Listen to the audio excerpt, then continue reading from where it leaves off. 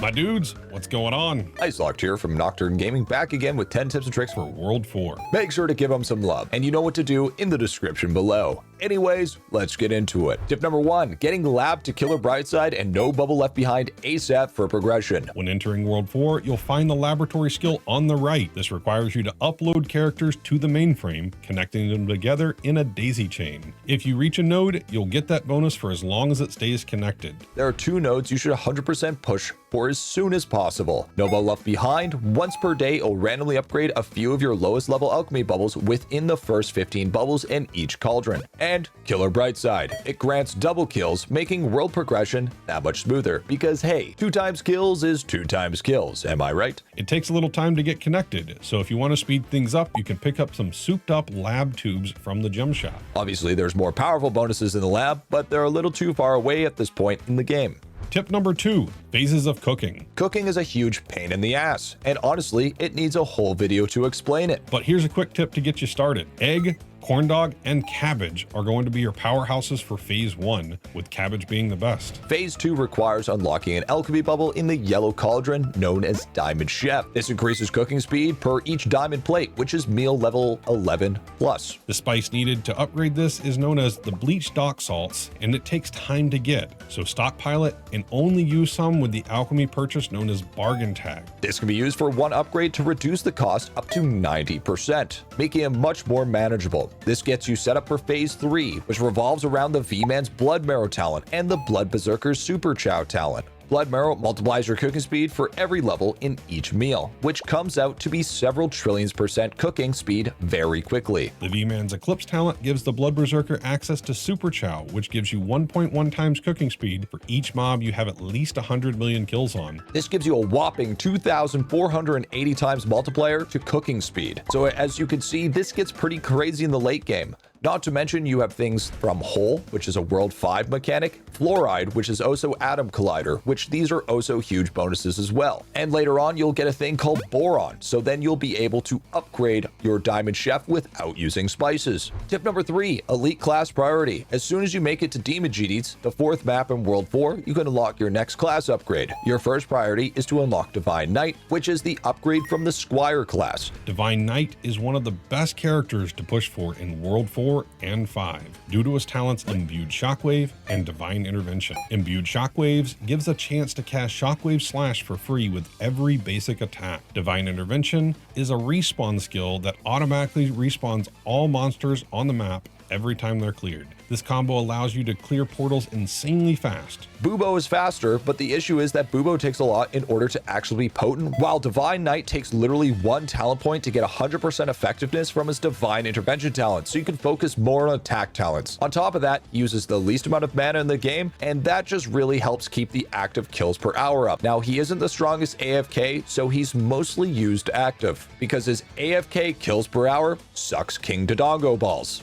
After Divine Knight, your other class priorities should be Blood Berserker, Beastmaster, and Bubonic Conjurer. This helps you get the most out of the World 4 skills. Tip number 4, unlock V-Man as soon as possible. V-Man gives some of the best account-wide bonuses in the game, so it's important to unlock them as soon as possible. These bonuses include a multiplier for trapping critters and worship souls from Species Epoch, insane cooking speed bonuses from Blood Marrow, a statue multiplier for all characters from Voodoo Statification, huge stat boost from the Eternal Stat talents, but one of the best talents V-Man provides is Eclipse, which upgrades at least 1 talent from each of the other classes. For example, Beastmaster Whale Wallop gives plus 25 max whale summons and increased range, and also gives a 50% per kill to reduce egg incubator time by 3 seconds in breeding. And it also affects all kills, not just the ones the whales get. To unlock the Voidwalker class, you'll need 3 things. A Maestro from the secret questline in World 1 and 2. Your Maestro must be level 50, and you must complete 3 quests from Nebulite in World 4. Nebulite is located underneath the World 5 portal. To start these, you must be on your Maestro at level 150. And the 3 quests are to get 1 million Death Note kills on all monsters in World 1, 2, and 3, defeat Chizort on Chaotic difficulty, and to get 12 million Green Mushroom kills on your Maestro. And yes, you can use time candies to speed this up. Tip number 5, lab levels give you line width, but not connection range. Back to the lab. Lab can be confusing,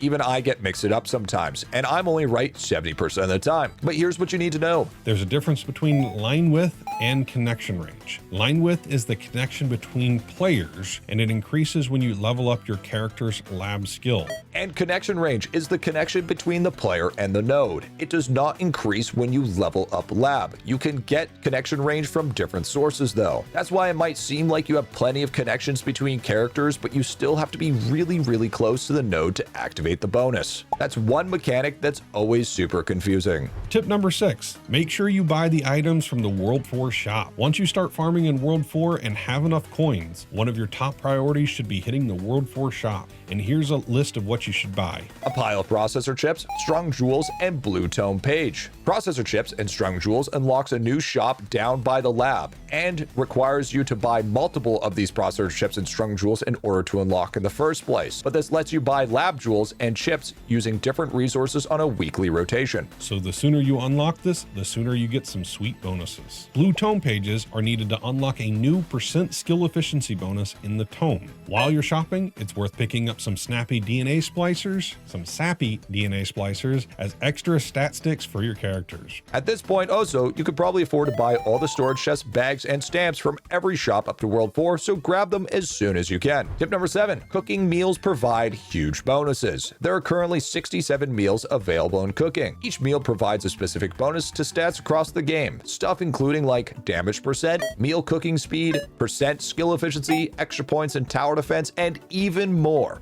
And bonuses to skills in World 5 and 6 later into the game, but it's also possible to get ribbons that multiply these bonuses up by an insane amount. This could lead to insane stats like 1800% all golden food % from Yumi Peach Ring, or even 800 basic attack speed from Cauliflower. One more thing, V-Man's Blood Marrow talent gives cooking speed based on the total level of all meals. So even if a meal doesn't seem that good, you should still level it up for the overall bonus. Tip number 8. Now that we're in World 4 and have unlocked our Divine Knight, let's talk about how to get a big boost to all your World 4 skills. Divine Knight has a talent called Orb of Remembrance, which can get you some great rewards in the World 4 Coliseum or from the Purple Mushroom map, specifically from the mini-boss Mutated Mush. If you build up a high orb count before fighting the Mutated Mush, the orb effect will cause it to drop more loot. This is an amazing way to start farming pet eggs and ladles to boost your skilling progression. You can easily net 100 of eggs in the late game. Remember, bigger the orb, the more loot. Tip number 9, upgrade priority for breeding. Breeding is super mundane and not all that exciting, but it's essential for progression, especially in cooking. But here's the problem. Gray DNA is very hard to come by, and the only way to get it is by trashing pets. When upgrading breeding, you should prioritize at the start breedability pulse, rarity of eggs, and past present brood. Why is this? Well, just having one level in breedability pulse unlocks the ability to breed, well, breedable pets. While in the fence yard, these pets increase your breedability meter, which raises your odds of breeding a new pet. And yes, you can have multiple in the fence at one time to increase this amount.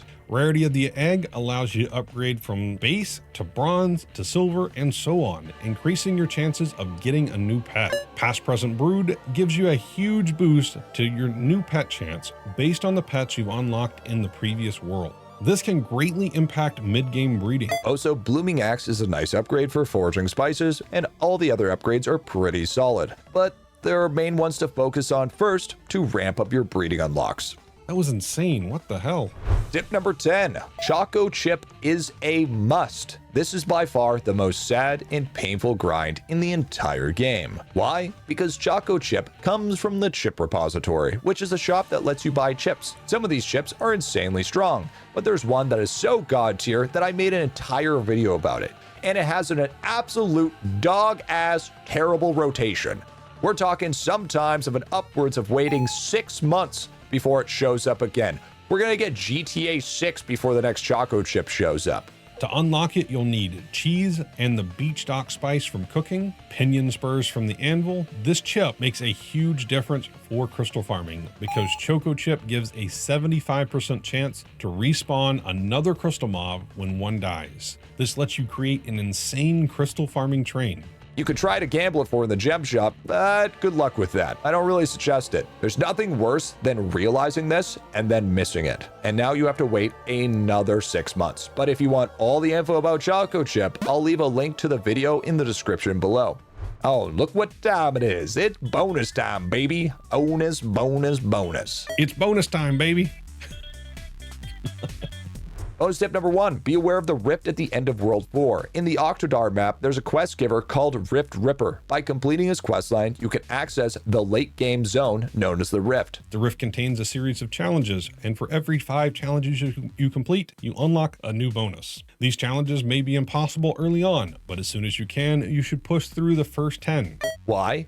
Because at Rift 10, you unlock the Infinite Star Sign bonus. This makes all star signs active at all times with no negative penalty. However, it does require you to level up some shiny pets first, but from there, the unlocks that you can get makes the grind all worth it, from auto collect pets to new tier of cards to even big damage multipliers and more. Bonus tip number 2, start saving for troll gear. By the time you reach the end of World 4, you should start saving resources to craft troll armor. The reason why this is so important is because troll armor is really the turning point in gear progression, but it's also one of the hardest hurdles due to the absurd requirement of 10,000 Nolo salts. This puts a hard damper on what you need to do and what we like to refer to as being salt lock. In early, mid, and even sometimes late game, it's a huge hassle, but also a huge necessity if you want to eventually push some of the highest and best gear Eidolon has to offer. This is for sure more of a World 6 thing, but it's better to be aware now than pay for it later. So start stockpiling now so you're ready for when the time comes.